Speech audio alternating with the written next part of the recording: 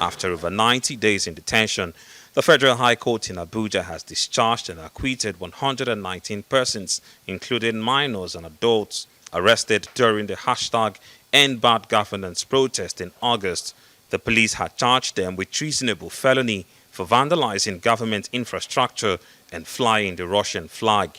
Their arraignment in court on November 1 was met with public condemnation when some of the suspects collapsed in the dock, with many of them looking visibly malnourished. The outcry, including international condemnation, is what has led to the release and pardon by the federal government. At this ceremony in Abuja, the Vice President of Nigeria is handing them over to the Kano and Kaduna state governments. Kashim Shettima says the president instructed the release of the suspects on humanitarian grounds despite photographic and incontrovertible evidence of destruction, looting uploaded by the perpetrators themselves. I would like to admonish you, young men, not to allow yourself to be used in perpetrating violence and destroying public and private property. Over 300 billion naira was lost in the protest, consisting mainly private property through looting.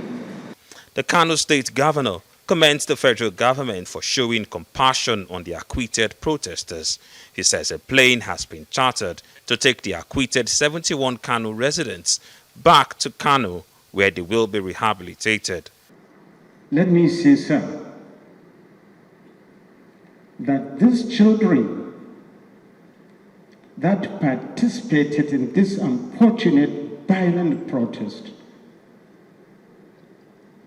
between the 1st to 10th of August, especially in Kano and Kaduna State, were ignorant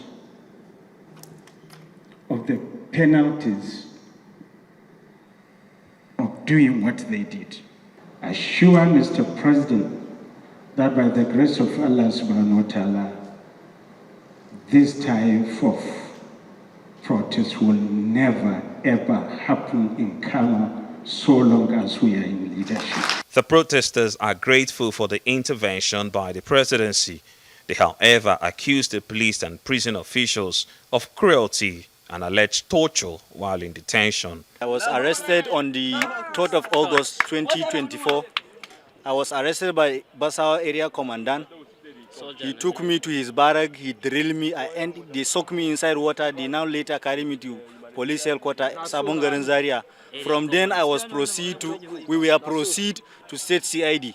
From state CID, they don't even used to give us food. For the Defense Council and the Minister of Humanitarian Affairs, the situation presents an opportunity for the government to make a holistic reform in the criminal justice system. We are calling on the federal government to take steps to return these children to their homes and then embark on rehabilitating them. We're here on the directive of the president to ensure that the children are safely returned back to their destinations. And before we return them, we want to do also due process of ensuring that they are medically fit. You know, His Excellency has promised to do everything humanly possible to get these Kano children back home. And we're here to receive them, to make sure that they are safe. And we're going to transport them through Max Air flight in the evening of today and take them back to Kano safely. As the discharged suspects are taken back to their states, now clothed in garments made by the federal government, there are many unanswered questions. Will these persons, some of them minors, receive appropriate counseling to deter them from committing the alleged offenses in future? Is there enough commitment by the government to reform the criminal justice system? Ferdinand Duroha, Arise News.